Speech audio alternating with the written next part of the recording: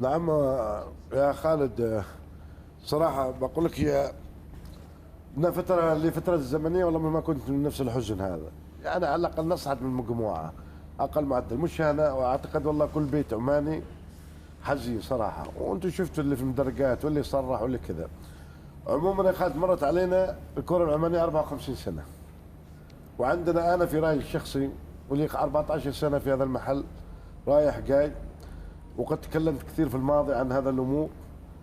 أنا أشوف الطامة الكبرى عندنا السبب الرئيسي لتدهور الكرة العمانية وعدم تطورها، وهذا اللي حاصل في الكرة هو العمل الإداري.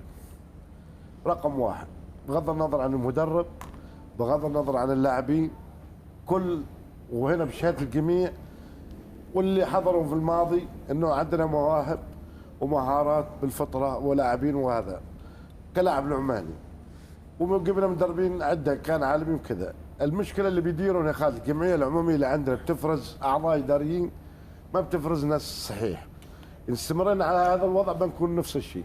يلا نروح كاس اسيا مجموعه ونطلع برا، هشوف هدفه ما نقول على الاقل قبل النهائي بتصعد، ما تفك تصعد من مجموعه ما بتصعد. آه عندك مثلا الهدف، انت شوف الهدف مدرب اللي جايبينه، انا صعد من مجموعه معقوله؟ انت ما معك قوي منتخبنا السعودي، باقي منتخبات متطوره انت اقدم منها. العمل اللي الحين انا اريد ارسله كفايه يا اخي، لازم نغير الاليه مع الجمعيه العموميه. وانا خاطبت الاتحاد ما في فايده، انا خاطب الحكومه وبالاخص وزاره الرياضه، وعلى راسهم صاحب السمو السيد ذي يزن بن هيثم. ارجو انه بالنسبه للجمعيه العموميه تتغير. يعني احنا عندنا محترفين 14 نادي ولا 12 نادي، هم المحترفين هم اللي اختاروا الاعضاء اللي يديروا اللعبه. انا ما جاي هنا حقل تجارب اقرب ناس من درجه ثانيه وثالثه مع احترامي لهم.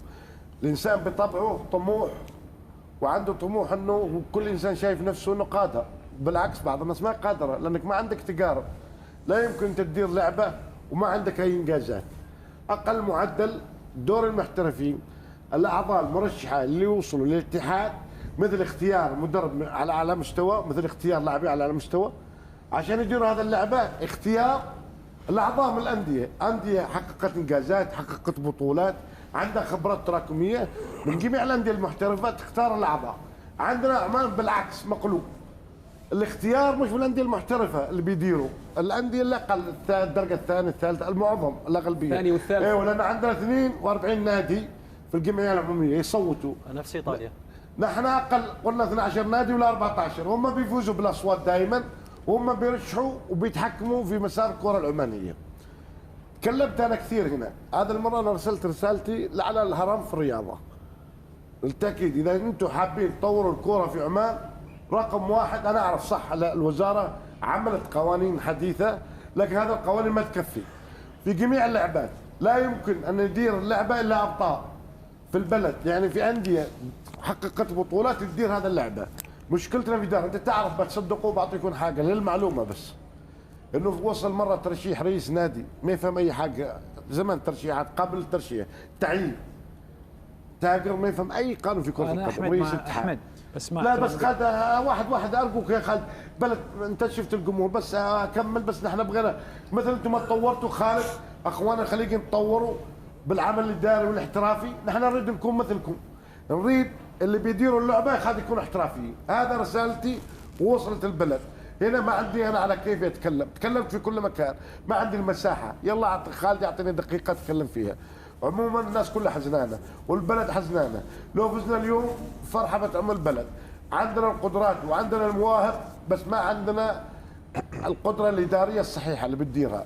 تغيير نظام القوانين، اذا غيرنا نحب نوصل، واذا ما غيرنا صدقني دائما عمان فيها مشاركين ضيف، مره في طالع ونازل. زي ما اتكلم عن المباراه شوي، بالله عليكم شفتوا المباراه كلها ريوس اليوم؟ اول مره انتم تلعبوا كوره كله تحضير خلفي، رايح من اليمين رايح جاي اليسار،